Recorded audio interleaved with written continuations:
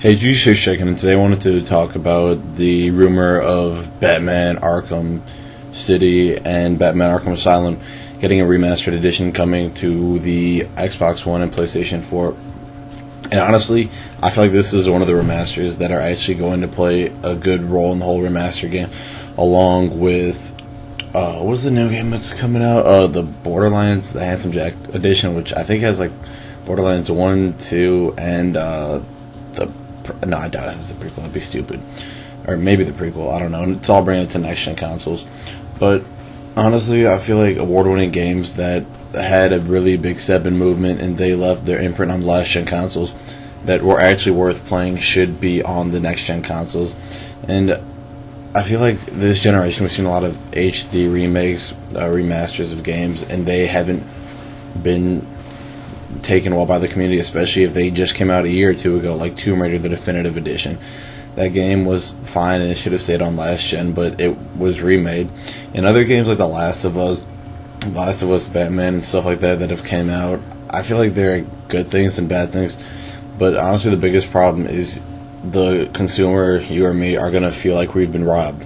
We just bought the game maybe a year or two ago, and we're going to pay another $60 for it. They need to add a little bit more incentives other than higher graphics, because if you look at the Batman games on console and then you look at it on PC, like when I first saw it on the PS3 and then I saw it on the console, you can't tell through YouTube because YouTube does it decompresses video quality, or it just compresses video quality. I don't know why I said decompress. But if you look at the gameplay like in your own visual body, I don't know, I'm sounding so awkward with this, but if you look at the PS3 game and you look at the PC game in real life, you can tell that there are really big differences. The biggest difference is better textures and 60 frames a second.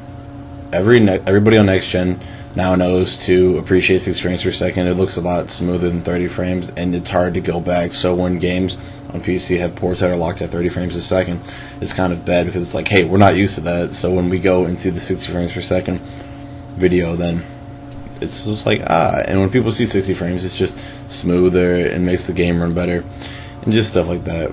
So I think if you're going to make a remaster, it needs to be 60 frames, 1080p. I'm done with this 900p, 720p stuff. That's so 04, and I don't know why that's still such a big deal in 2015 when we're in the generation of going into 4K, 1440p. Like the fact that me and some of my friends are also on 1080p shows that we're starting to get outdated, but we're also waiting for the jump in hardware that's really substantial.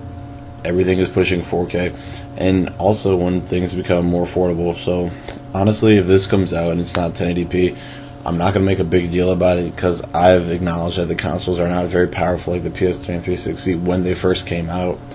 However, the fact that they're weaker and made for a different type of audience, because the gaming audience back in 04 to the gaming audience in 15, and also the way that these developers have kind of changed their business strategies into making broken DLC formed on this DLC, locking, bad patching games.